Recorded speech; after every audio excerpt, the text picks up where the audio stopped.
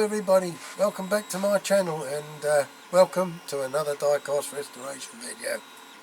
I hope you're all well and I hope you're all looking forward to this video. Before we start, I'd like to say thank you to all my old subscribers and thanks for sticking with me, and welcome on board to any new subscribers. Hope you enjoy my channel, and thank you everybody for your comments, much appreciated. Okay, so this time it's a make I haven't done much of models because they're usually quite expensive. I have done one before, which was the milk float from David Yates, and he has sent me another one because there's two colour variations and I want to do the other one, and he has sent me that one, so I am going to do that one. Yeah, so basically you've seen the title, so it's a Ford Zodiac. And it's a spot-on model, and I think it's turned out quite nice. Anyway, you'll see in a minute. The casting, it's a good casting if you like. There's a lot of casting lines, there's a lot of like bad casting on it. Some of it I just did it lightly, other bits I managed to get off, but you know, there's some places where if I'd have taken it off I'd have ruined the rest of the casting, if you know what I mean. It's one of those, but it's turned out rather nice, I think, so I hope you'll agree with me. And well, that's it then. Let's get on with this one. As I always say, please sit back, relax, enjoy watching the video, see how I got on with this one.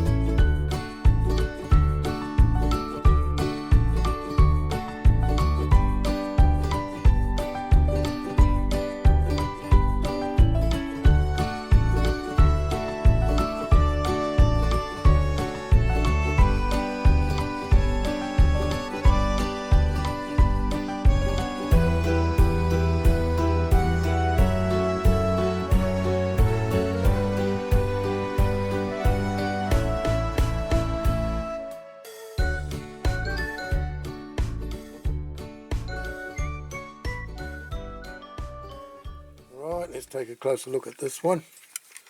It's a spot-on model, Ford Zodiac. It's 142 scale, it says there, and it's got none of the plastic bumpers that usually spot-on models have got, so that's cool. Now I think the window unit's good on it. It's just full of paint, which should come off okay. The base is bent in a little bit, so when we get it off we'll have to straighten that up, but it's got two rivets, one at the front, one at the back, and it looks like a pretty straight casting, but it's got a lot of paint being put on it, so we'll see when the paint's stripped off it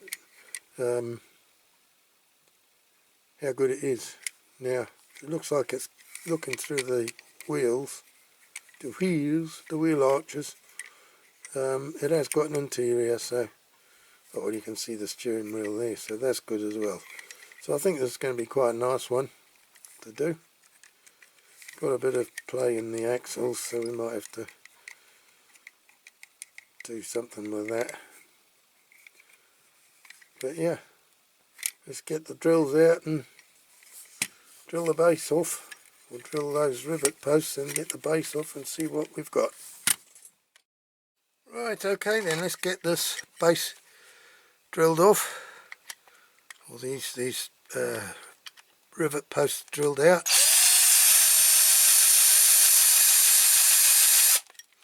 Those have a nice little dimple in them, so it's not easier to do.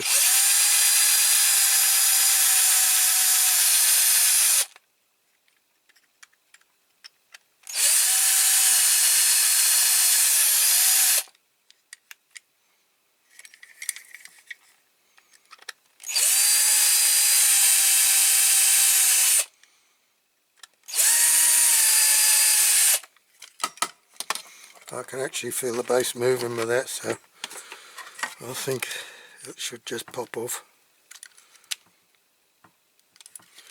And there, that must be the towing high or towing hole. There you go. Wiggle this a bit and come on, that's it. She comes. Oh, I like that. Hey, I like the way they do that interior. It's just like pushed on, isn't it? Is it pushed into little holes? Yeah, I like that. No, it's got holes in it. It's pushed onto those tabs. That's brilliant. That's a novel idea. Well, not novel, I suppose, but it's a good idea. It's completely different to the old Corgi and well, I think he didn't really have many interiors, did they? That's cool. Okay, these must obviously just pull off these wheels, but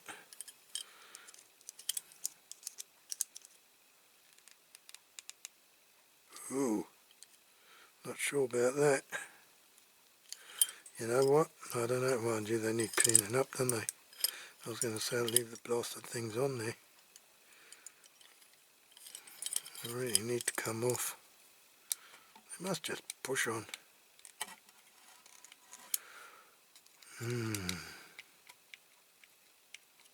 You can't put a puller on them because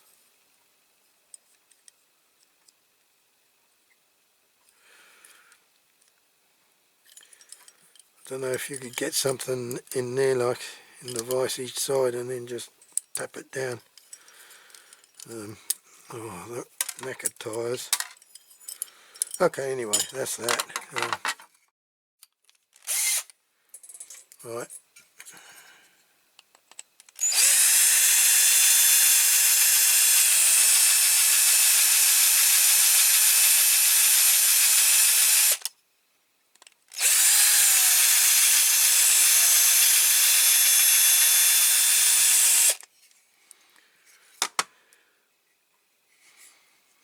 It's not far off.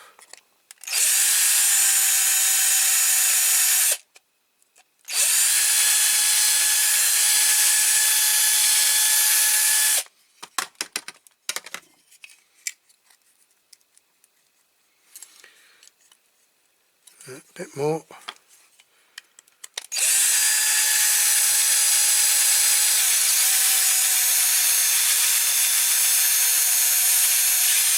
There she goes.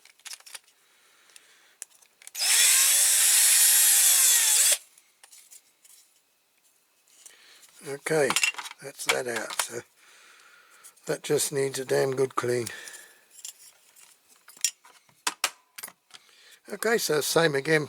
Have to file those down. Not, I don't know how far. Hang on. Have a look. It's got to go down lower than the actual base, so it does need to go some more. And that base is slightly bent as well, so not a lot, but it is a bit bent. I don't think it's cast, but it's quite flimsy cast. Anyway, I'll just straighten that with the excuse me, the pliers. Just had two nice runny Scotch eggs from Marks and Spencer's. Oh, I love those. Gastropub stuff, or whatever it's called, gastro something. It's not gastroenteritis, unless you get one that's out of date, then it might be. Okay, so I'm going to file that, and then I'm going to drill those out, and then probably put screws. Okay. Now, I've tried to get these wheels off and I can't, and I've damaged that one a little bit there. So these axles are really badly rusty. I'm going to put it in the caustic, but the caustic is, I doubt that would get that really clean. Might do, but I don't know. So anyway, what I'm going to do, I'm not going to worry too much about the caustic. I do the same as I normally do for the rusty things. Bit of this lemon juice, like you put on your pancakes. Now I'm just going to soak that in there. Oops. As long as it's covered. Just going to soak that in there overnight.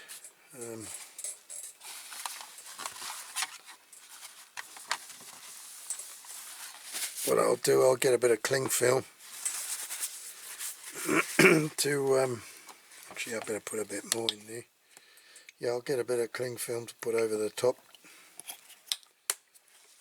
and then we'll leave that until, like I say, tomorrow, and that should get the rust off those axles. Right, let's see what this is like. It's been a couple of days in here, I forgot about it. Excuse me. Jesus. Get him out. Where do I want to? No, maybe I want the these things a bit stronger to lift it.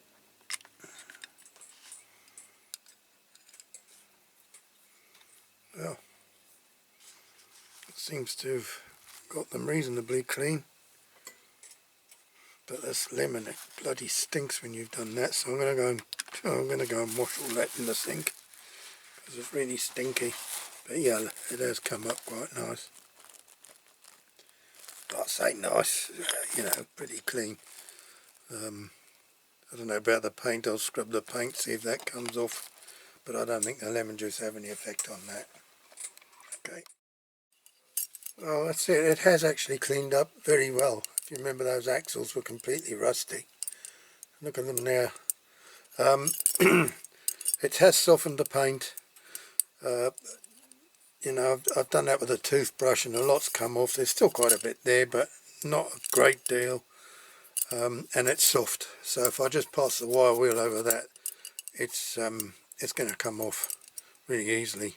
You can scratch it off with your thumbnail, fingernail, whatever. So yeah, I'm pleased with that. So that's a good idea to do that, you know, when you've got rusty bits, like, especially like this, where you don't want to get the wheels off, or you can't get the wheels off, and they're badly rusty like that. Look at them, even they're free to turn now really nicely.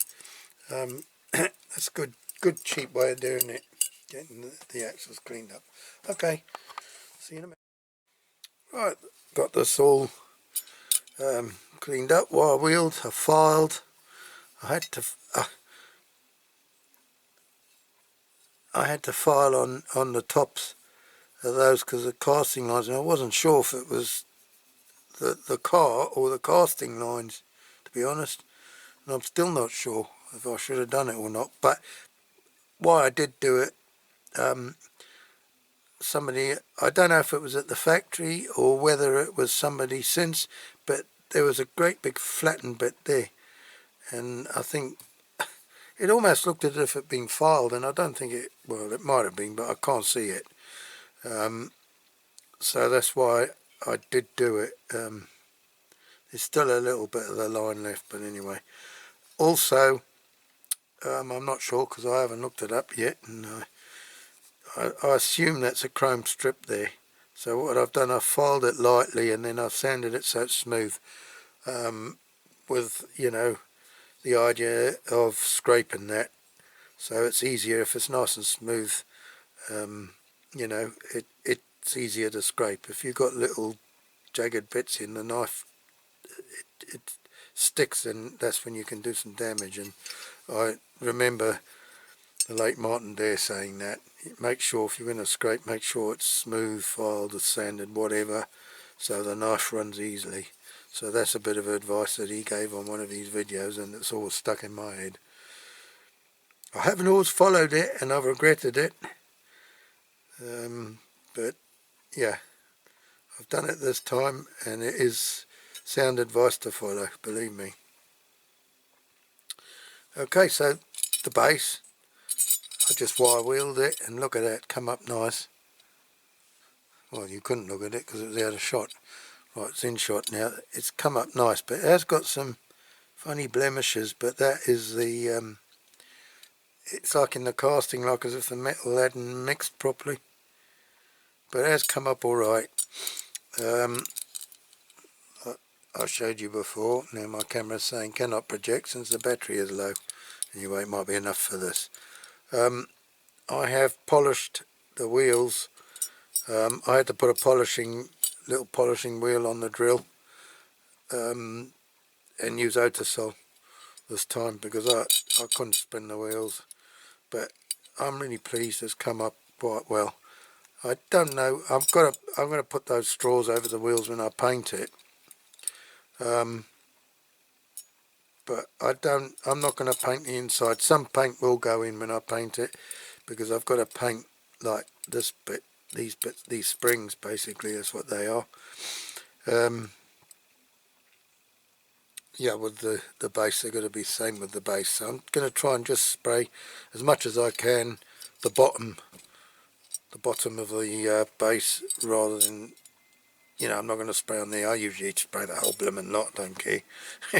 But I'm going to keep, if there's overspray, there's overspray. That's all right. But, I'm not going to go ahead and paint that. Okay, so I'm going to go out and get on with that. And I'll come back to you when that's done. Right, here we go. The primer's all done. I just had enough to do that. I was kind of shaking the can as I was spraying it. And there's one or two little bits I've just actually cut, the bits of casting line that was sticking out, flashing I suppose, that I missed when I was filing. What I've done, I've got one of my old knives and I've just cut them out. If I'd have done the filing, I'd have started making a mess. So I think it's pretty good like that. Now this is, well, the base is done as well. As I said, it was just a bit of overspray on that bottom. That's going to go a bit darker grey, the base. Now this has got to be two-tone. So I've been looking on the Googly again. And no, I haven't been looking at my Googlies. I said I've been looking on the Googly. And the nicest colour I've seen is sort of beigey cream top, which is from that line. And the front there, beige. The whole front, this bit is all chrome. So the lower half, oops, I'm knocking everything over. The lower half, I'm going to do this Holtz spray blue.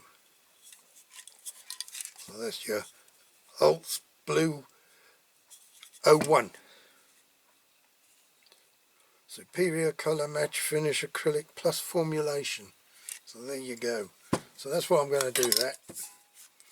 But not all at once, obviously. It's going to take 24 hours or so. Yeah, so I'm going to go and do that outside now. The sun was out, it's just gone in again. But anyway, it's nice and dry, it's quite warm out there today. So I'm going to go and do that. Right, that's the Zodiac masked up now. Ready for the blue paint, dark blue. I'm going to do it. I was just going to go out and do it, and unfortunately it's just started raining, so I'm a bit knackered now.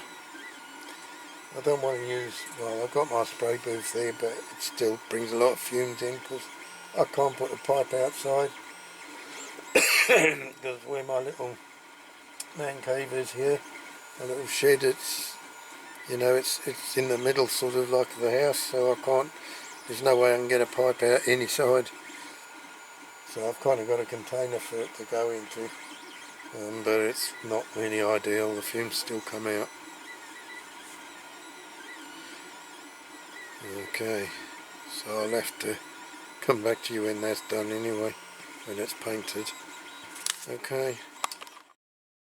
Right, I've done most of the detailing, the back lights, because I wanted to lacquer it. So I've lacquered it now, so I'm going to do the chrome bits. So I put some black in the grill. I've got a picture here on my other phone, so I'm watching that. And I'm going to kind of go by that if I can. I don't want to copy and share. So we've got some Molotov. I should have my other glasses on really. Never mind, better do the grills first.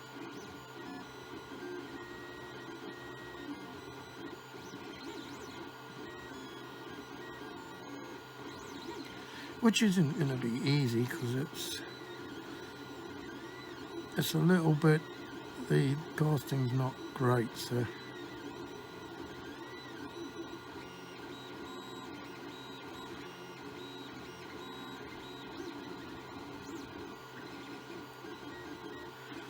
Molotov's not going on very great, maybe too shiny.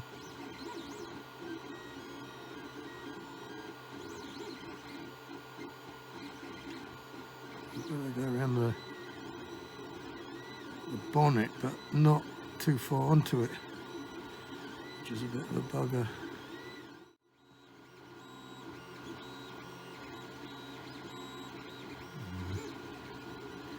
Not too bad. I know you probably can't see it, but I apologise.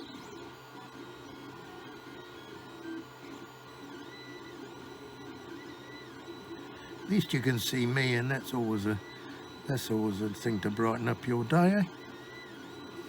Well, you can see part of me. Right, well, yeah. And that's what I've done. It's not very good, but I'll carry on off camera and then I'll show you when I've finished it. Right then, here we go with this one. I've done the detailing, put the number plates on, done the back as well. It's come out quite nice. So we've got to put it together now. Hopefully no catastrophes, or as you say in Jersey, catastrophes, eh? Right, well the interior of the seats, the front ones and the back ones, they just go on these little pegs. See, there's little holes there, fits on those pegs, so they just push in. If you can line them up, if you can see what the hell you're doing. There you go. Hopefully they won't fall out. And the back ones on the back set of pegs.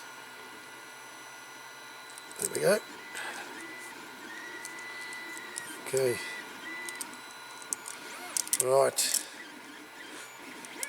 A little hole in that one. Oh, excuse the sniffing. Right, that's that should be okay.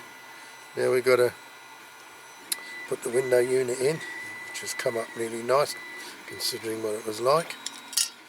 So we'll just drop him in, and then my favourite stuff, the old 5-second fix with a light that don't work. So we'll put a bit of that in.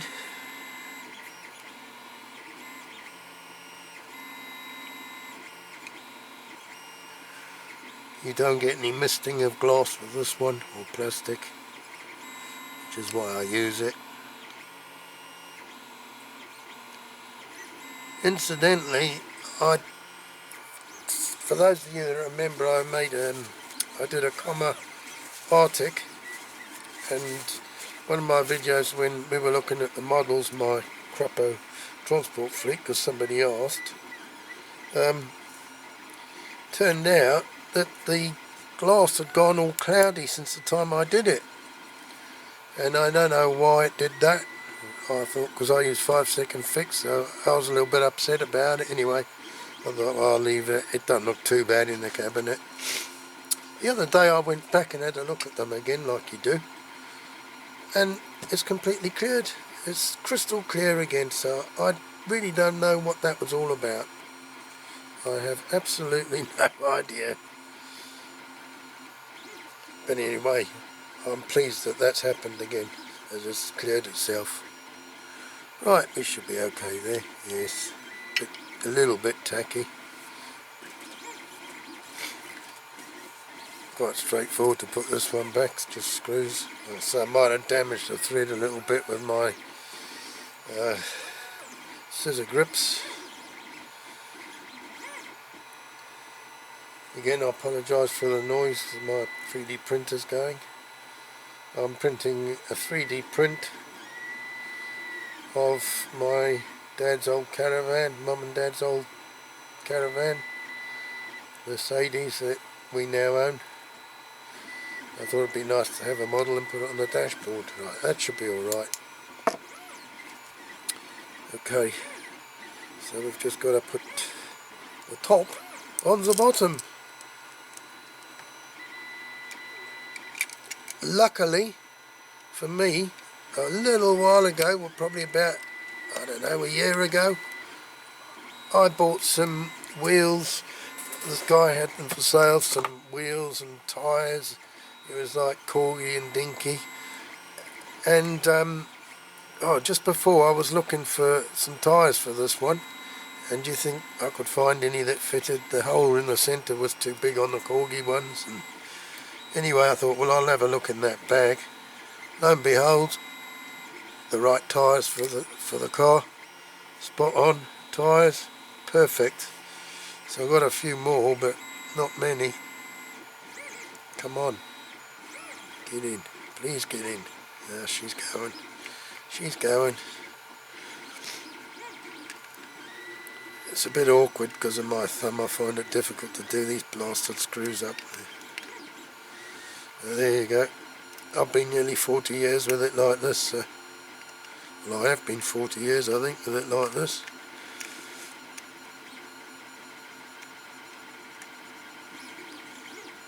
So it's not too bad. It doesn't trouble me too much, but I do tend to drop things a bit more than I would have done, I suppose. Some things are awkward, like tying your boot laces. I always use my 2 fingers. I always pull the laces between those two.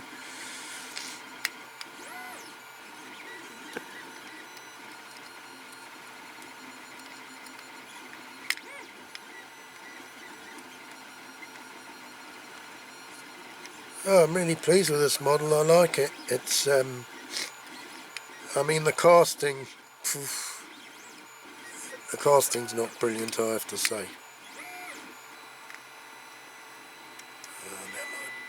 That's it right there. Yeah, there's a lot of casting lines, and I filed what I could, but there's some that in such a position that it's almost impossible, so I thought it's better to leave. But like around the back lights and that, in the middle of them, there's some big blobs. So there you go, that's that.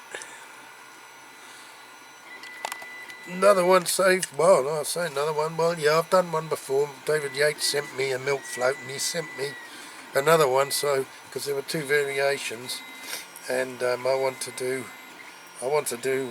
both variations, and he did send me another one. So I've got to do that. I hadn't done it yet because I thought I don't want to do them too close together.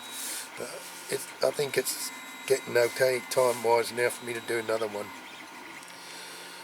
So, if you're watching, David, I haven't forgotten about the models you sent me. I am going to gradually get through them. Like I say, I'm just doing a lot as well, sort of mixing in the ones that Martin sent me to start with, and then I'll get back onto the others. Okie dokie then. Right, well, I hope you've enjoyed this one. I'm going to do the same as I normally do. Outdoor shots, turntable before and after, and then I'll do the AI shots with the snow and that. So there you go. I'm quite pleased with the way this one turned out, so I hope you like it. Okay then, well, thank you very much for watching, and I hope you, as I say, have enjoyed it. If you have, please like and subscribe if you haven't already. And yeah, if you have, as I always say, you know, come back next time for another die-cast restoration video. Okay then, so until the next time, take care, look after yourselves. We'll see you in the next video. Cheerio for now. Bye bye. Abato.